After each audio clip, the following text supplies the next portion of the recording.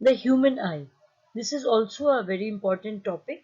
You get many questions based on this topic. First of all, you get a detailed question that draw the human eye and explain.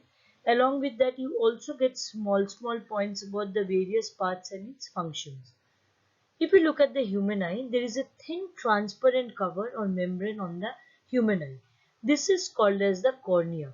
We are actually not able to see when we look at it. It's just like a covering.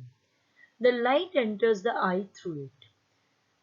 There is a dark fleshy screen behind the cornea, and this is called as the iris. The color of the iris is different for different people. The color of the eye is because of the iris. Some people we say have got dark black eyes, somebody has got brown eyes, some has a lighter grey color eye. That is because of the color of the iris. There is a small hole of changing diameter at the center of the iris. This is called as the pupil. Pupil is like the shutter of the camera. The pupil controls the amount of light that is entering the eye.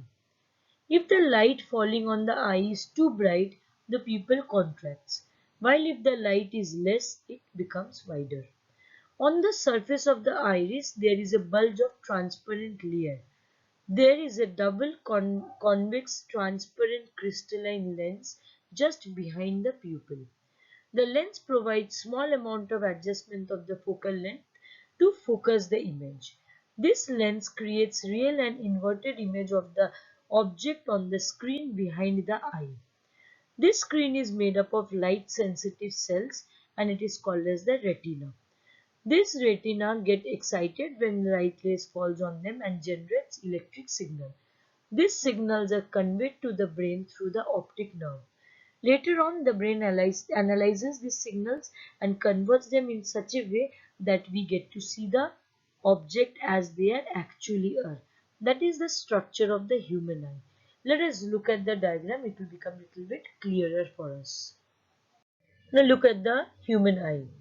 The part that we get to see on from outside, if you are able to see, you can see the pupil, you can see the iris, you can see the cornea, you can see the convex lens, crystalline convex lens.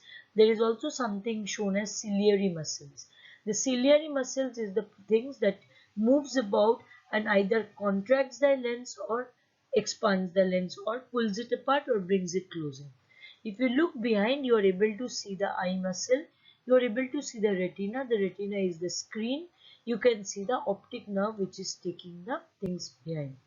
The explanation that is given over here is that is related to the next diagram that we will be seeing in the next slide. This two diagram shows you that how the shape of the lens changes when we are looking at a nearby object or we are looking at a far object. That means, like, suppose now you are looking at the computer screen or you are reading a textbook. So that time you are looking at a nearby object. You look out of the window and you look at the stars or maybe something very far off, then you start looking at a far off object. We don't realize that every moment of time our focal length changes and our eye adjusts accordingly. The first image, that is A, is showing you when you are looking at something when the object is at a far off object. Say, for example, you look out of the window, you are looking at a building far off or something like this. When we look at an object which is little far away from us, then the lens becomes flat and its focal length increases. When we look at something which is closer to us like a book or something, our focal length decreases and the lens becomes round. Image B. This is called as power of accommodation.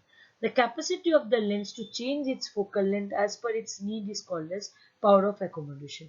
But there is a limit to which we can do that, because beyond a certain limit we cannot do that. For example, if you are bringing a book very close to your eyes, you will not be able to read it.